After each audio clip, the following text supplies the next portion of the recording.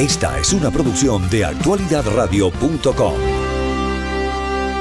Hoy hemos conocido en un interesantísimo artículo publicado por Diario Las Américas que un grupo de investigación llamado ADN ha descubierto que algunas de las protestas contra los israelíes, contra estudiantes judíos que se han realizado en recintos universitarios de los Estados Unidos, entre ellos la Universidad de Columbia, la Universidad de Texas en Austin, la Universidad de Los Ángeles, pues han sido apoyadas por organizaciones que viajaron a Cuba comunista, para recibir entrenamiento en resistencia, muy vinculadas a la dictadura cubana, muy vinculadas a Miguel Díaz-Canel, muy vinculadas a todo lo que es el aparato represivo cubano. Pero esto data desde hace años. O sea, no solamente ahora, sino estas organizaciones también han estado vinculadas a los movimientos de Black Lives Matter y de Antifa en los Estados Unidos, específicamente de People's Forum o el Fórum del Pueblo, que es un grupo que en este momento pues así se ha hecho visible en estos recintos universitarios, pero que también utilizó técnicas de protesta en la época en que Black Lives Matter protestaba en diferentes ciudades por asuntos raciales acá en los Estados Unidos.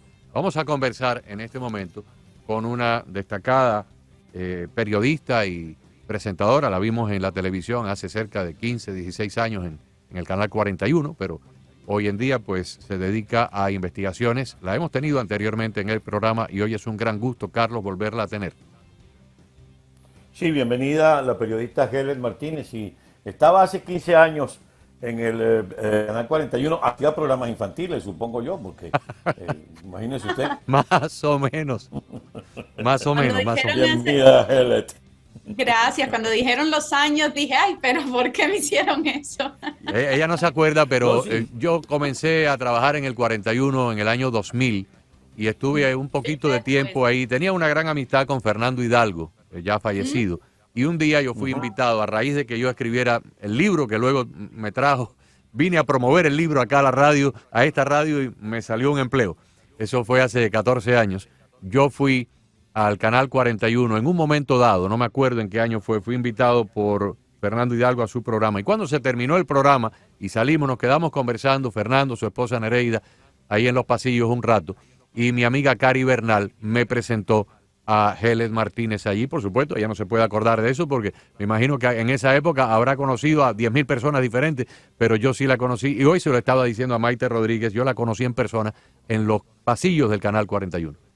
Bueno, muchas gracias por la invitación. Realmente es la segunda vez que estoy con ustedes y les agradezco que saquen unos minutos del programa para hablar de este tema que es tan importante para nosotros aquí en la comunidad, pero también para la comunidad judía, y para todos los que defendemos la libertad y también el respeto a la protesta pacífica y a los derechos humanos. Pues Helen, bisturí en mano, andando. Sí. Bueno, no, decía Agustín que... Sí, Carlos. No, es que quería hacer una breve antesala, si me lo permite, Sí. Helen, porque este artículo que publicas y que hemos leído con detenimiento sirve de corolario a lo que ya algunos, incluso la policía de Nueva York, había dicho.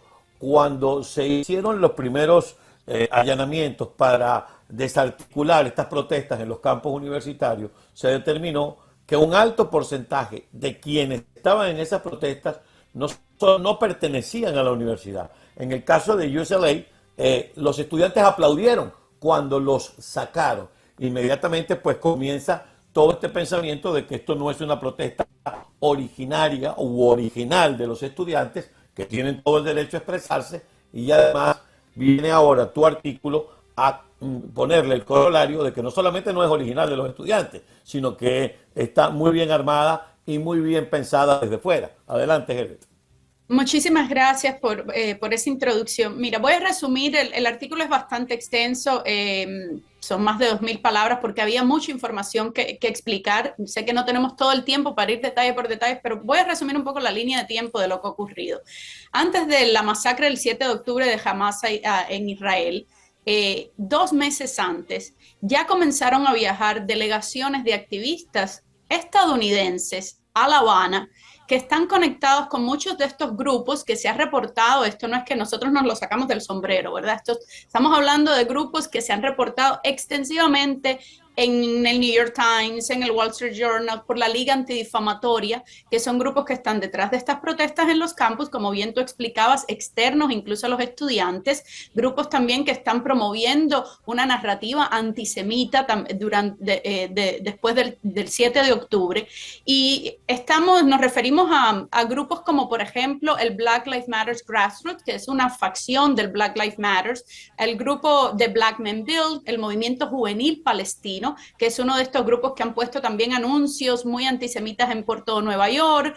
Estamos hablando del Partido por el Socialismo y la Liberación, y por supuesto el People's Forum, o el Foro del Pueblo, que hoy su directivo Manolo de los Santos fue arrestado. El New York Post acaba de publicar la noticia.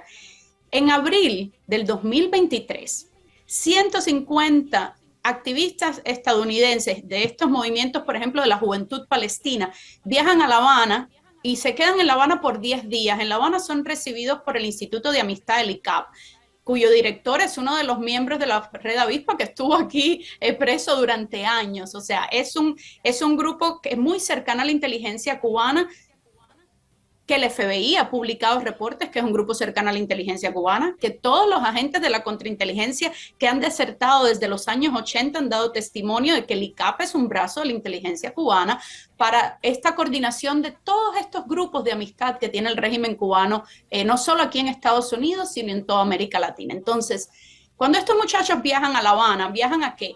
Bueno, unas de las reuniones son reuniones para articular movimientos de resistencia, la lucha de clases, talleres de lo que le llaman grassroots activism, o sea, activismo de base, para que estos muchachos aprendan de los procesos revolucionarios, y eso es lo que sale público. Se quedan 10 días en estos campamentos, que muchos de estos coordina el ICAP, y este primer grupo de 150 viaja en abril. En mayo viajan 300 estudiantes, 300 jóvenes activistas con el Foro del Pueblo, esta organización sumamente radical, que fue la que el domingo salió el reporte de que tomaron el Hamilton Hall de Columbia University, rompieron vidrios, y el directivo del People's Forum, Manolo de los Santos, que está viajando a Cuba desde el año 2009 alrededor, le dice a un grupo de 300, 200 activistas que estaban con la cara cubierta: hay que darle un verano caliente a Biden. Así lo dice él: vamos a darle un verano caliente, hay que resistir, hay que escalar esto. Y el objetivo de todos estos grupos es transformar el tejido de este país, transformar las instituciones de este país. Lo dicen ellos. Cualquiera que quiera entrar ahora a la página del People's Forum va a entender que es un grupo marxista que lo que quiere es terminar y que va en contra de todos los valores de nuestra civilización occidental. Estas reuniones, la última que tenemos documentación de 300 en mayo, y unos meses después, el 7 de junio, viene el ataque de Hamas en Israel. Ahora bien, 2 meses antes de que estos grupos viajaran, ¿qué tenemos documentado? Bueno, el primer ministro del Exterior del Irán viaja a La Habana y se reúne con Díaz-Canel para encontrar puntos de colaboración. Pero no solo eso, en ese mismo mes, en febrero del 2023, ya el embajador de Cuba en el Líbano se estaba reuniendo con Hamas, y no solo con altos funcionarios de Hamas. En la delegación iban el director del Departamento de Relaciones Públicas de Hamas. Y fue nuevamente para una reunión para encontrar puntos de colaboración. Febrero y en abril ya estaban los activistas de Estados Unidos en Cuba, y en mayo vuelven a viajar 300 más, 450 que están documentados nada más en el 2023.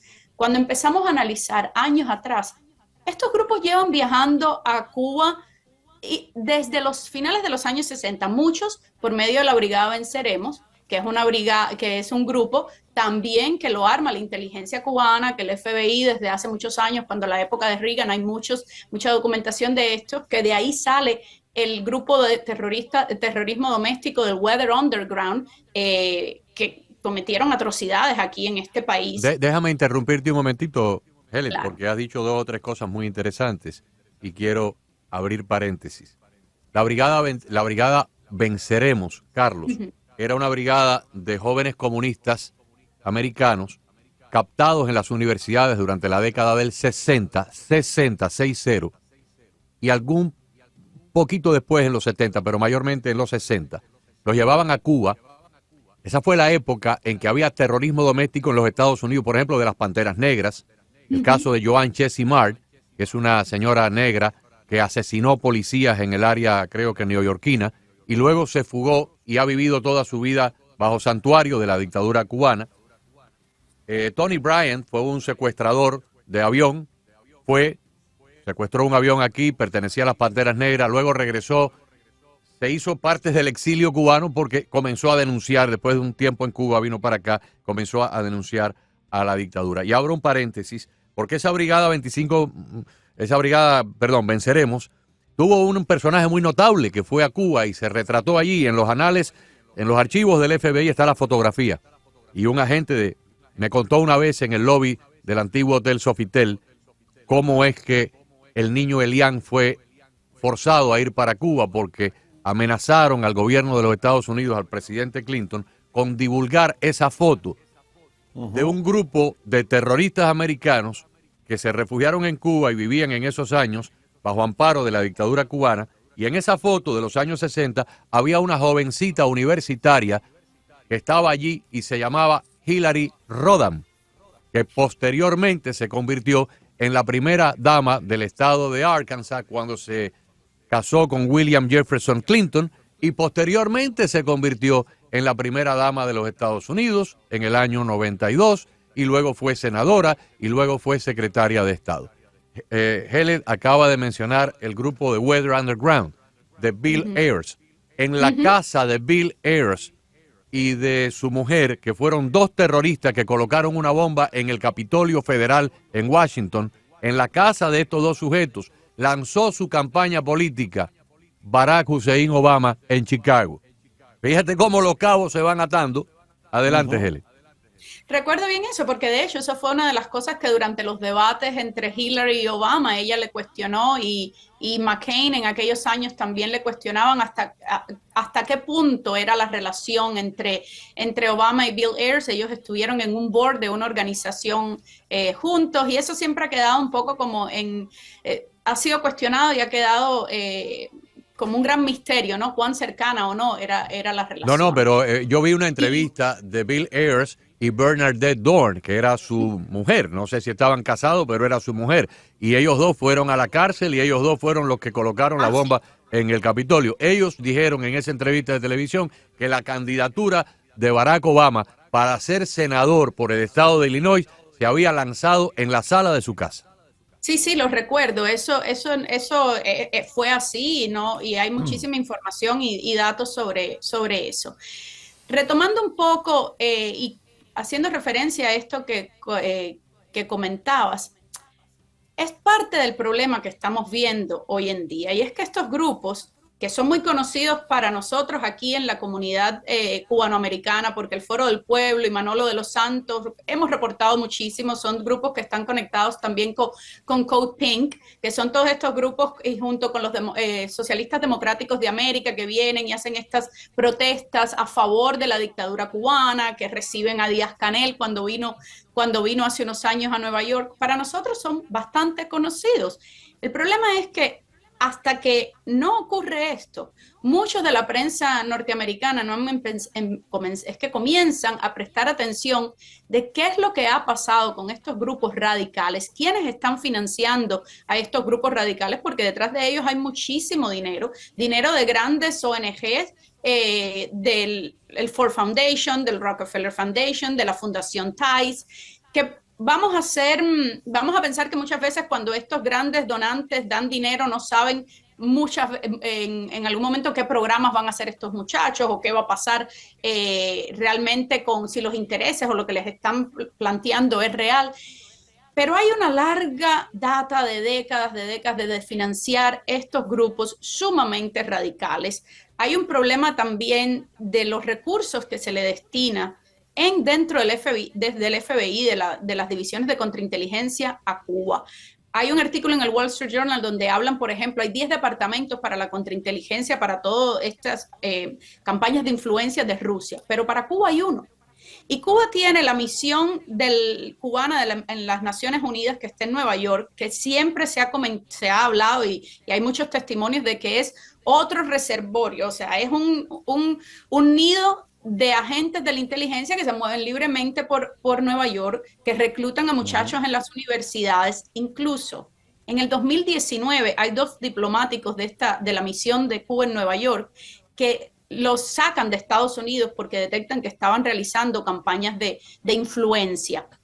2 meses antes, ¿con quién se reunieron estos diplomáticos que hicieron un evento enorme? Se reunieron con el Foro del Pueblo, con Manolo de los Santos, en un evento muy grande que tuvieron, donde los patrocinadores de ese evento son muchos de estos grupos que hoy están detrás del BDS Movement, los abogados del BDS Movement, que es este movimiento para sancionar a Israel y para caerle detrás a todos los negocios judíos.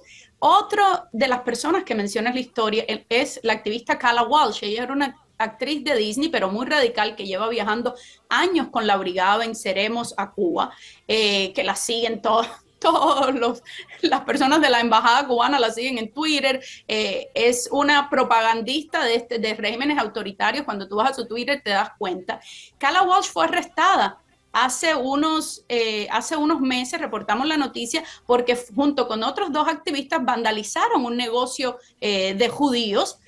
Rompieron, pintaron el negocio y entonces fue arrestada en Estados Unidos. Entonces, lo que estamos viendo es un patrón de no una protesta pacífica, no una defensa de la libertad de expresión, sino de vandalismo, de grupos que el régimen cubano le ha interesado acercarse a ellos, entrenarlos, proveerlos con apoyo logístico, a tal punto que el lunes Agustín, había una protesta, una manifestación en la embajada, en la Universidad de La Habana, en las escalinatas pro-Palestina. En esa, con la miseria que hay en Cuba, que no hay ni para hospitales ni para buses, bueno, ellos se toman todo el dinero para esa manifestación. En una pantalla en vivo, unos de los muchachos de los encampments en NYU, de los campamentos estos anti-Israel en NYU, enviaron videos agradeciéndole a La Habana por el apoyo. O sea, no es casualidad. No es, estos muchachos no fueron a Cuba a hablar del tiempo y de qué bonitas las playas en Cuba, porque no, fueron en delegaciones directamente a reunirse, están las fotos, con funcionarios de la dictadura, funcionarios no solo con el presidente a dedo, ¿no? El puesto a dedo de Miguel Díaz-Canel. Y lo que yo creo, y es un poco lo que estamos tratando desde ADN y con esta investigación, es de crear conciencia también en Estados Unidos y más allá de Florida, de que cuando hablamos de Cuba tenemos que hacer en nuestra cabeza y entender que es sinónimo de Hamas, es sinónimo de Hezbollah, es sinónimo de Rusia, es sinónimo de China. Cuba es un satélite de todas esas grandes potencias que quieren destruir nuestra civilización occidental y cambiar nuestros valores occidentales. Eso es, estamos enfrentando vivimos en un mundo en donde hay una guerra híbrida y donde estas grandes potencias enemigas de Estados Unidos utilizan estos satélites. Y Cuba es muy eficiente para esto, 90 millas, y siempre ha sido percibido de alguna manera como el underdog, ¿no? Como los cubanos, bueno, no destinamos muchos recursos para entender y para perseguir todas estas campañas de influencia. Esos cubanos no tienen dinero, no pueden hacer el daño que otros grandes países. Y siento yo que nuestros servicios de inteligencia no le están destinando los suficientes fondos para entender que no es Cuba. Cuba es un satélite de todos esos enemigos de este país. Y aquí lo estamos viendo una vez más. A través de los años, no terminó la Guerra Fría, está cada vez más activo y más latente. Agustín, y mientras él daba toda esta explicación y cómo existe todo un entramado, toda una relación, a mí lo primero que se me viene a la cabeza es la frontera libre. Mientras existen las cabezas de estos grupos que viajan, que se preparan, que se entrenan, que tienen intercambio de carácter ideológico para ellos, acá pueden estar entrando combatientes que uno no se entera por la vulnerabilidad que tenemos en la frontera sur de los Estados Unidos. Entonces la gente dice, no, son nuestros hermanos cubanos que están entrando, huyendo de la dictadura, y probablemente haya muchos de ellos, pero también puede haber muchos de los otros. Absolutamente, o sea, la debilidad de la frontera nos crea y lo ha dicho el propio director del FBI, Christopher Wray, nos crea un peligro de vulnerabilidad extraordinario. Han entrado cientos de miles de personas, más de 600.000 personas con antecedentes criminales. Nos decía el congresista el otro día, más de 60.000 chinos han entrado en los últimos 3 años y medio, casi todos menores de 35 años de edad, varones y solteros. Pero fíjate, este régimen, la dictadura cubana, ha utilizado los esquemas de libertad de nuestro país. Aquí es un país donde se ha protegido siempre la libertad de culto, inclusive las iglesias no pagan impuestos. Entonces fundan en el año 1968 los Pastores por la Paz. ¡Ay, qué maravilla! Pastores. ¿Qué cosa es un pastor? Pues es una persona que pastorea y cuida un rebaño y lo encamina y lo protege de los peligros. Ese es Cristo era un pastor de 12 apóstoles. Lucius Walker era un comunista radical que se dio una investidura, un disfraz de ser un evangélico y de ser un hombre por la paz, cuando realmente lo que trató fue de ayudar a la dictadura cubana, quitándole el embargo, quitándole todo tipo de trabas y al mismo tiempo llevando ayuda de organizaciones radicales aquí a través de las iglesias a Cuba, porque en ese momento no se podían hacer transferencias de dinero. La ley federal lo prohibía, sin embargo, habían ciertas exenciones para los grupos religiosos. Pero estos grupos son como estas cigarras que ahora están saliendo, son en inglés se llaman cicadas, que se empotran en la tierra, viven creo que 13, 15, 17 años ahí y de pronto salen por millones en ciclos de 17 años. Esta gente ha estado ahí enquistada y salen cuando hay administraciones demócratas. Se tuvieron que agazapar cuando Reagan, Bush, pero volvieron a salir cuando Carter, cuando Clinton, y ahora vuelven a salir con Obama y salen con el señor que está en este momento en la Casa Blanca, porque es cuando encuentran el clima propicio para hacer todos sus trabajos.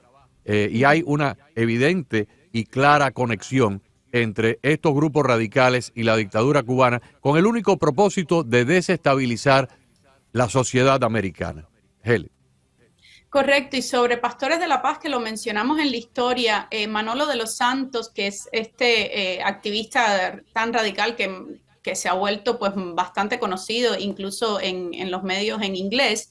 El primer viaje, o de los que están documentados en el 2009, que hace a Cuba es efectivamente con Pastores de la Paz, con la Fundación Interreligiosa para la Organización Comunitaria, que es como la sombrilla de Pastores de la Paz, que fue la que fundó Lucius Walker. Y ahí él se queda en Matanzas estudiando por años en Cuba.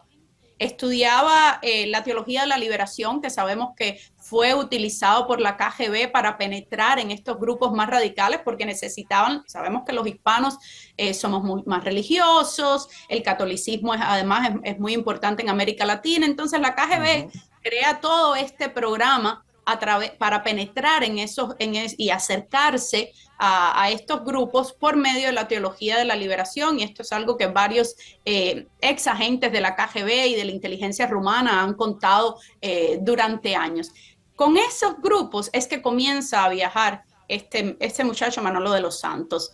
Después de que él regresa de Cuba, años después, es que él empieza como director del Foro del Pueblo. El Foro del Pueblo, para que hagamos un poquito de conciencia del dinero que estamos hablando aquí, el Foro del Pueblo ha recibido $12 millones nada más en un año para todas estas sus actividades. 12 millones. Esos 12 millones vienen del Fondo del Pueblo, porque a ellos les gustan mucho esos nombres, que tiene un fondo de 168 millones, que es de un magnate estadounidense, pero que le vendió su compañía a China y ha dedicado este fondo. Él es pro China, pro Chávez, súper documentado a través de los años, todas las defensas que ha hecho de estos dictadores. Y él, cuando vende su compañía a China, tiene entonces 168 millones que los ha puesto en este fondo de activismo, y tiene una relación, su esposa, su pareja se llama Jody Evans. Ella está en el board del Foro del Pueblo, en el board de este fondo de 168 millones, y es una de las fundadoras de Code Pink. Otro de estos movimientos antiguerra, recuerdan aquellas activistas que tomaron la embajada de Venezuela en Washington, Sí. cuando sale Guaidó y ellas entonces no querían dejarlos entrar a la embajada. Bueno, ese es Code Pink. Son de los que se organizan con Puentes de Amor para hacer todas estas provocaciones que hacen aquí en nuestra comunidad contra los activistas por los derechos humanos, y es todo una organización que va más allá de apoyar a la dictadura cubana, es apoyar a Maduro. Bueno, aclaración, es el mismo grupo que estuvo detrás de la campaña para la liberación de Alex Saab, que ya sabemos por reportes de la inteligencia, de think tanks, de casas de pensamiento que han hecho todo un análisis, que fue una campaña que Irán estaba pagando. Y estos son los mismos grupos entonces que se encargan de amplificar estas campañas aquí, de promover todas estas campañas anti-Israel, los mismos grupos que se encargan de minimizar la esclavitud de los uigures en China. Entonces, ¿qué estamos viendo? Estamos viendo que existe una guerra multipolar y que hay muchas organizaciones en este país, porque ideológicamente hay muchos activistas que tienen una afinidad con el marxismo. O sea, no les es tan difícil a estos grandes potencias, enemigos de este país, captar a estos muchachos, porque hay ideológicamente se ha expandido por nuestras universidades, académicos en las universidades, que tienen todo un pensamiento marxista que va en contra de los principios que son la base de este país, de los principios liberales de nuestra civilización. Yo no estoy hablando de liberalismo si demócrata o republicano, estoy hablando de principios liberales clásicos, de libertad de asociación, de religión, etcétera. Entonces, hemos permitido y nos hemos hecho mucho de la vista gorda con lo que ha ido pasando a nivel de las academias, y estamos ahora recogiendo los frutos de todos esos años pensando que la Guerra Fría se terminó, y lo que mutó y se ha vestido de otros colores, de estas luchas de género, de tratar de utilizar todos estos resentimientos que pueden haber de temas raciales, etcétera, y entonces potenciar ese odio y ese resentimiento hasta llegar a la violencia. Verdaderamente brillante el trabajo que has hecho, que has presentado a través de Diario Las Américas, y ahora el que acabas de hacer con Carlos y conmigo. Brillante, realmente brillante. Hay una particular cosa que yo creo que debemos aprovechar, si fuera posible. Si hubiera un cambio de gobierno el año que viene, si hubiera un nuevo presidente y un nuevo Departamento de Justicia y un nuevo director del FBI, el señor Manuel de los Santos es nacido en la República Dominicana y él adquiere su ciudadanía como la adquirí yo, como la adquirió Carlos, por virtud de naturalización.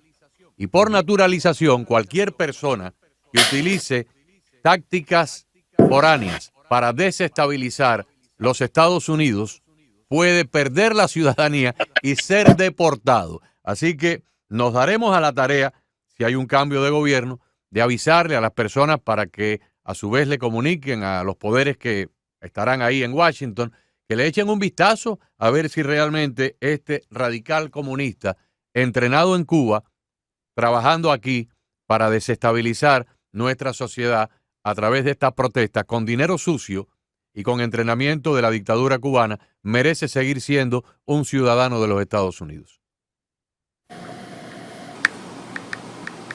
Helen, te damos la última palabra. Sí, yo te diría más, creo que es muy importante que el IRS ahora incluso puede prestar atención a lo que está ocurriendo y ver, porque la condición de organización sin fines de lucro de 501(c)(3) no puede ser explotada para violar la ley y para promover la violencia. Entonces creo que hay muchos grupos que ya están prestando atención a esto y tratar de ver, o sea, qué es lo que está ocurriendo aquí y realmente si ellos merecen esta condición de organización sin fines de lucro que el IRS le está dando, que además les permite no pagar impuestos. Así es. Bueno. Eso que acaba de decir Agustín nos lleva a lo que ha sido la conclusión a veces.